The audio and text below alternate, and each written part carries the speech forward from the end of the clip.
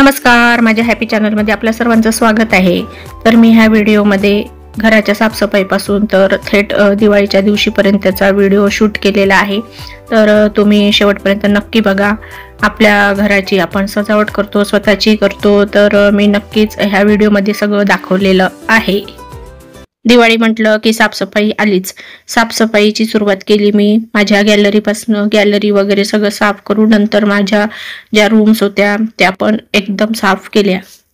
साफसफाई नंतर मी पडदे काढले धुवायला। त्याचबरोबर मी माझ्या बेडशीट्स आणि चादर वगैरे धुवून घेतल्या। आणखी बरंच काही धुणं होतं ते पण धुवून टाकलं एकदाच, कारण की घर चांगलं स्वच्छ झाडून वगैरे झालेलं होतं। त्यानंतर मी किचन मधली सगळी भांडी काढली आणि स्वच्छ घासून घेतली। त्यामध्ये मग दिवाळीसाठी जो किराणा आणला होता तो पण छान मस्तपैकी भरून ठेवला। सगळीकडे स्वच्छ स्वच्छ वाटत होतं। छोटी छोटी भांडी पण मी मस्त धुवून घेतलेली होती।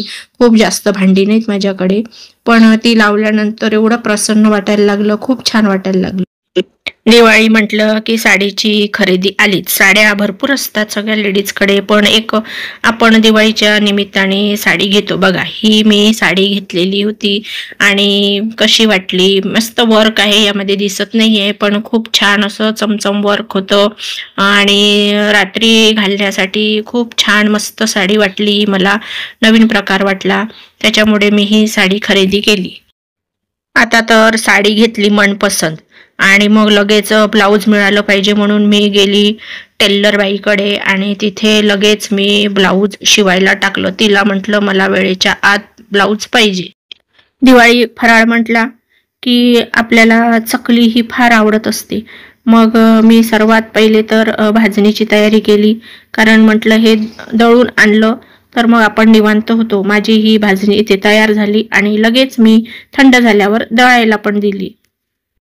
आता खरी सुरुवात झाली माझी फराळाची। म्हणतात गोड पासून सुरुवात करायला पाहिजे फराळ तयार करताना।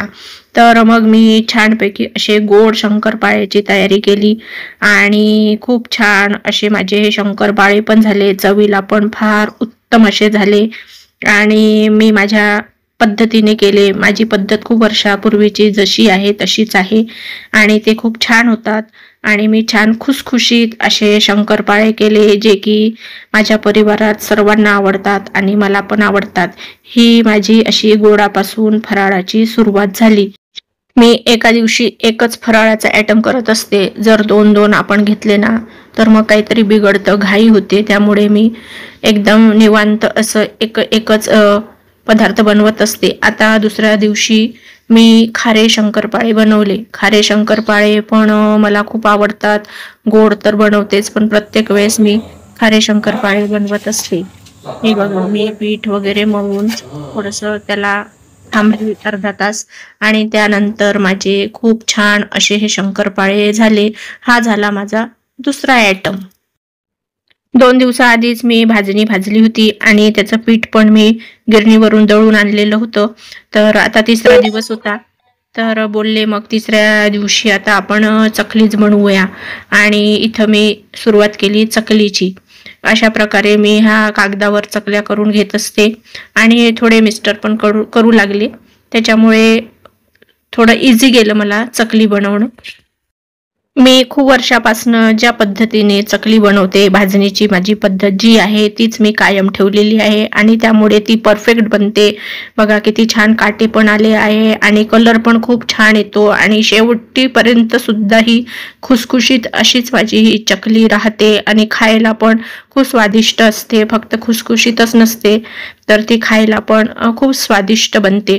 तुम्ही सुद्धा मैत्रिणींनो काय काय बनवलं ह्या दिवाळीमध्ये मला नक्की कमेंटमध्ये सांगा। मी खूप जास्त आयटम बनवत नाही, कारण की खायला आम्ही दोघेच आहे, त्याच्यामुळे खूप कमी प्रमाणात मी फराळ बनवते आणि जास्त आयटम बनवत नाही, पण जेही बनवते ते व्यवस्थित बनवते। त्यानंतर आईनी आणि मी मिळून चिवडा बनवला। चिवडा पण आमचा मस्त कुरकुरीत असा झाला। त्यानंतर फराळामध्ये मी शेव पण बनवले, त्याची शूटिंग केलेली नाही आहे. आणि अशा प्रकारे हा फराळ तयार झाला. आता येऊन ठपला उद्यावर दिवाळीचा सण म्हटलं. तर मग माझ्या पंत्या वगैरे मी पाण्यामध्ये टाकल्या आणि माझ्याकडे जुन्या पण पंत्या छान छान होत्या, त्याच्यामुळे मी काही दरवर्षी पंती घेत नाही. आणि खूप छान अशा डेकोरेटिव्ह पंत्या होत्या, त्यामुळे मी जुन्याच वापर. नंतर उगवला दिवाळीचा आपला खास असा दिवस. मग मी गेले माझ्या टेरेस गार्डनवर. तर तुम्हाला माहीतच आहे, माझ्याकडे खूप छान गावरान गुलाबाची फुले येतात.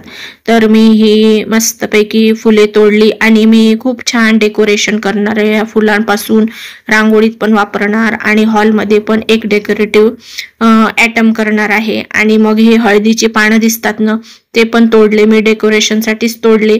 तर मी तुम्हाला नंतर दाखवणारच आहे व्हिडिओमध्ये की किती छान मी याचा उपयोग केलेला आहे. आणि आता खाली आल्यानंतर मी टाकला पुरणाचा घाट आणि पुरण वगैरे शिजवलं. आणि मी दिवाळीमध्ये पुरणाची पोळी ही हमखास करतेच. आणि अशा प्रकारे मी पुरणाच्या पोळ्या वगैरे करून घेतल्या. खूप काही घाई होती दिवाळीच्या दिवशी. पुरणपोळ्या करायचं म्हटलं तर खूप वेळ जातो त्याच्यात.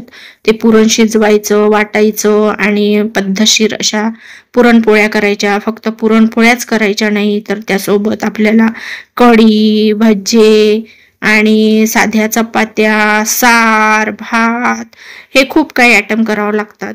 त्यानंतर झाली ही संध्या. दिवे लावायला फक्त 1 तासच राहिला होता, त्याच्यामुळे मग मी दिव्यामध्ये तेल टाकलं, कारण की पंत्या व्यवस्थित भिजल्या पाहिजे म्हणून मग तेल टाकून ठेवलं. माझी ही रांगोळी मी फुला पानांची तयार केली. पानं माझी हे घरची आहेत, नागवेलीची पानं आहेत, माझ्याकडे वेल आहे. आणि मी वरून जे गुलाबाची फुलं आणली होती ना, ती यामध्ये सजावट करून मी अशी ही माझी रांगोळी सजवली.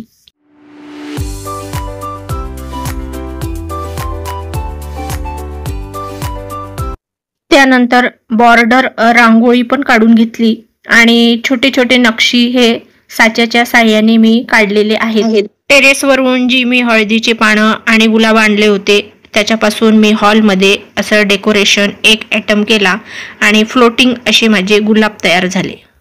हॉलमधल्या सगळ्या पडद्यांना आम्ही अशी ही तोरण लावून घेतली, पडद्यांची छान सजावट केली. नंतर मी माझी तयारी केली.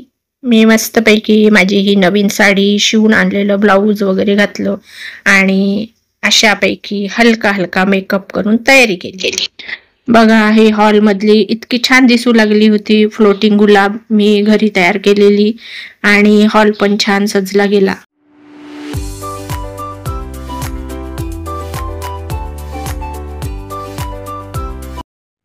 दिवाळीच्या ह्या दिवशी दिवे लावण्याची वेळ झाली. मी घरातच छान दिवे पेटवले आणि बाहेर ताटामध्ये सजवून त्याला बाहेर नेऊन रांगोळीवर प्रत्येक ठिकाणी मी दारात वगैरे अशा छोट्या छोट्या पंत्या लावल्या आणि खूप प्रसन्न वाटत होतं. खूप छान असं मनाला शांतता लाभली होती. अशा प्रकारे मी माझी सगळी घरातली, आतमधली, बाहेरची, स्वतःची सजावट केली. मी हल्ली ज्या रेडीमेड पंत्या मिळतात ना, त्या पण आणलेल्या होत्या. मी जे फ्लोटिंग गुलाब बनवले होते, पाण्यावर तरंगणारे ते फुलं होते, त्यामध्ये मग ह्या रेडीमेड पंत्या मी लावल्या.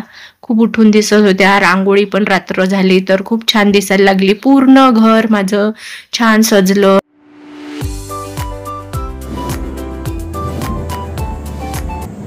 त्यानंतर मी छान छान पोजमधल्या अशा फोटो काढल्या, दिवे वगैरे असे हातात घेऊन फोटो काढल्या. अशा प्रकारे माझा हा दिवाळीचा दिवस मी एन्जॉय केला. खूप छान पद्धतीने, शुभ आणि मंगलमय प्रसन्नतेने साजरा केला. मला आशा आहे तुमचा सुद्धा दिवाळीचा सण हा खूप छान पद्धतीने तुम्ही साजरा केला असेल. माझा हा व्हिडिओ नक्की आवडला असेल तर लाईक करा, सबस्क्राईब करा आणि कमेंट करा. सर्वांना शुभ दीपावली.